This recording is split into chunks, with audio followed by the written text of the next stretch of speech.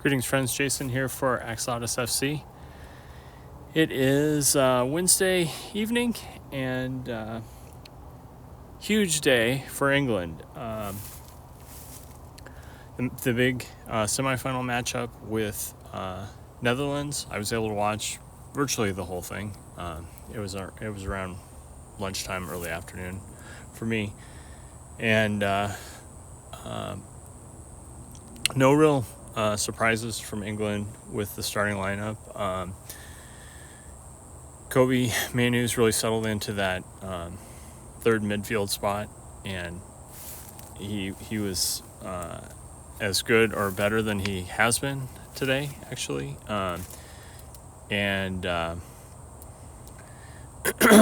Once again, we were basically lined up in a back three with this time starting with Trippier again on the left, playing out of position basically, but doing fine. But he ended up having to come off, and Luke Shaw basically play for half the game.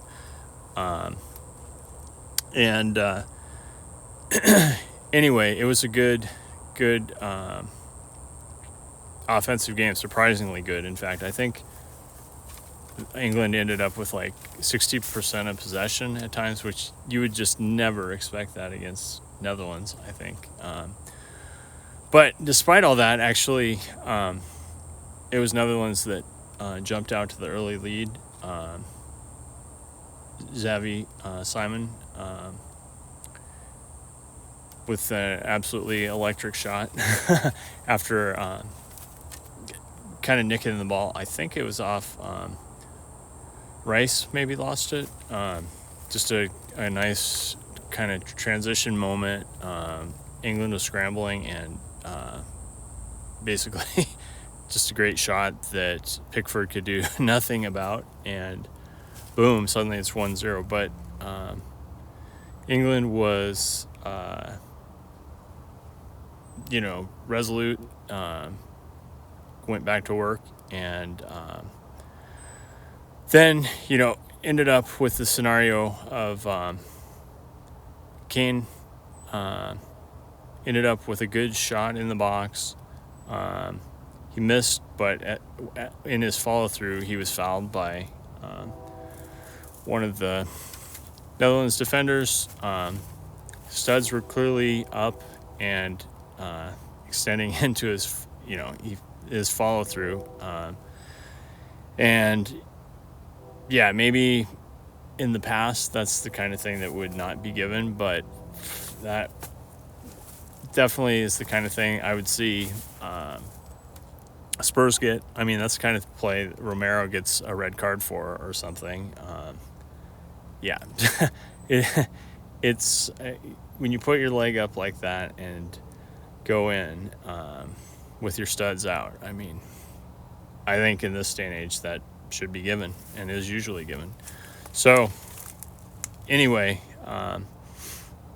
Kane shook off the pain in his foot, and he indicated after the game that he was, and actually Southgate as well, that they weren't sure how long he'd be able to go, because it was like a significant blow to his foot there. But anyway, he nailed the penalty perfectly. Keeper guessed right, just could not get to it in time. It was so well placed and had the velocity it needed to.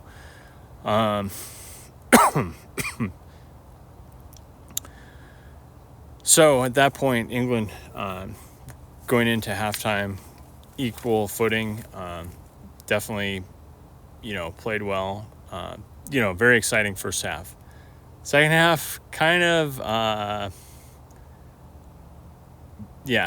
grim excitement-wise, as both teams were, making adjustments. Netherlands did what they needed to do. England made some tactical changes and basically just kind of negated each other, and it's running late. And Foden had a couple good looks. I think he had at least one very similar actually to Lamine Yamal's shot. And anyway, that one had hit off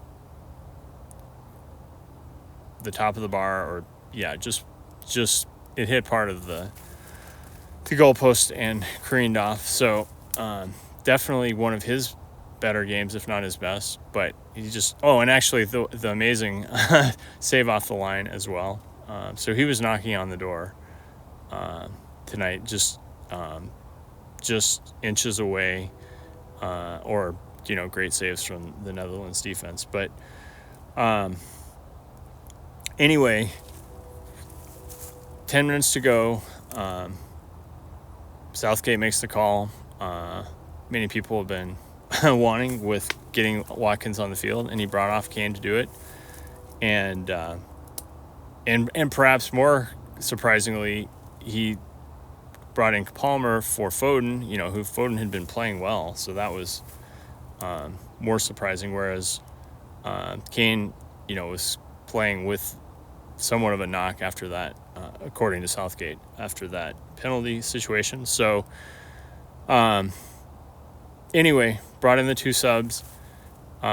Within a couple minutes, they're making the play of the game, where Palmer found Ollie Watson cutting across the box, making a run that only he could make because of his speed and ability to separate in a way that Kane doesn't have that, particularly right now. Who knows if he's partially injured or just suddenly getting old or tired or what. But anyway, doing exactly what Ollie Watkins does. But then, the shot at the end, threading the needle, going for it, and finding that tiny gap right inside the far post for the win. Outstanding play. Credit to him for making the most of his limited time. And and I think that's a perfect role for him. And against Spain, it would not shock me to see him come on, depending on the scenario, but come in with 20 minutes left, or depending on the situation. Obviously, if England's up at that point, they probably won't bring him in. But then again, who knows?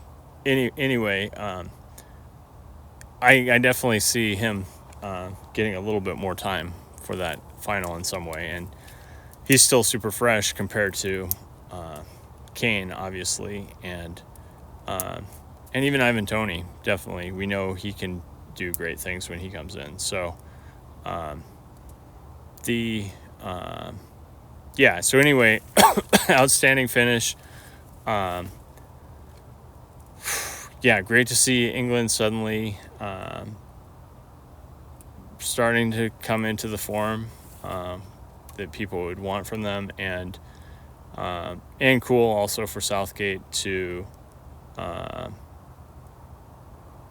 of roll the dice at the end of the game, something people would normally say he hasn't done in the past, and he did it, and it paid off. And now he's done something unprecedented, where he's by far been the most successful England manager in modern times, and getting to back-to-back Euro finals. And so really hoping for a good game on Sunday, and that we will get some good results for England and Harry Kane, and all those players that have been playing so well, young up-and-comers, and the veterans, the cagey veterans. Anyway, super looking forward to that game. Switching gears now, I caught a little bit of Uruguay and Colombia, and Colombia was down to 10 men at that point. Unfortunately, Bentancur left the game with an injury at about the 34-minute mark, apparently. I didn't figure that out for a while. I was watching in the second half, start of the second half, and I was like, he's not out there, is he? And then, then I figured it out that he had that injury sub, and super unfortunate from a Tottenham perspective, and also from an Uruguay perspective, because he was really holding that midfield together from them based on some things that I read on social media, and they kind of fell off once he went off a little bit. And despite Colombia going down to 10 men, they held on to their 1-0 lead, and Uruguay was not able to, get that equalizer despite having chances. So super disappointed for them, because, they were the team I wanted to see. Meanwhile, Big Dav Sanchez is playing in the final against Argentina, and so definitely it'll be interesting to see how that goes.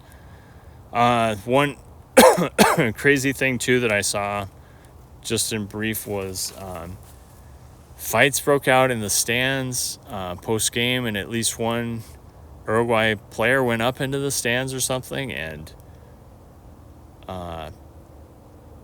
most likely he's going to get a long suspension for that. What a disaster. Very unfortunate for that to work out that way, and super disappointing about Bentancur. And then, for news item number 3, the final thing, not Bentancur, Gregg Berhalter is out.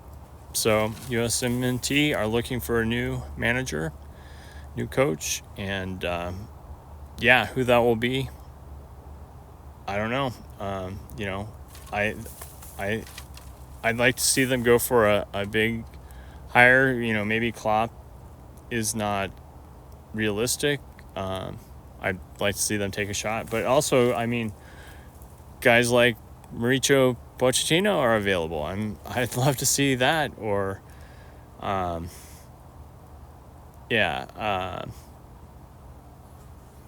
Tuchel's available. I wouldn't be too excited for him, but definitely there are some international names that are out there, and definitely some less known that I think could be very good. But I think we need to make a experienced European international experienced manager of some kind, and time will tell if we can get it done. But in the meantime, this is running along. The sun is setting. I've got other things to get to. So as always, thanks for tuning in. And remember, to dare is to do.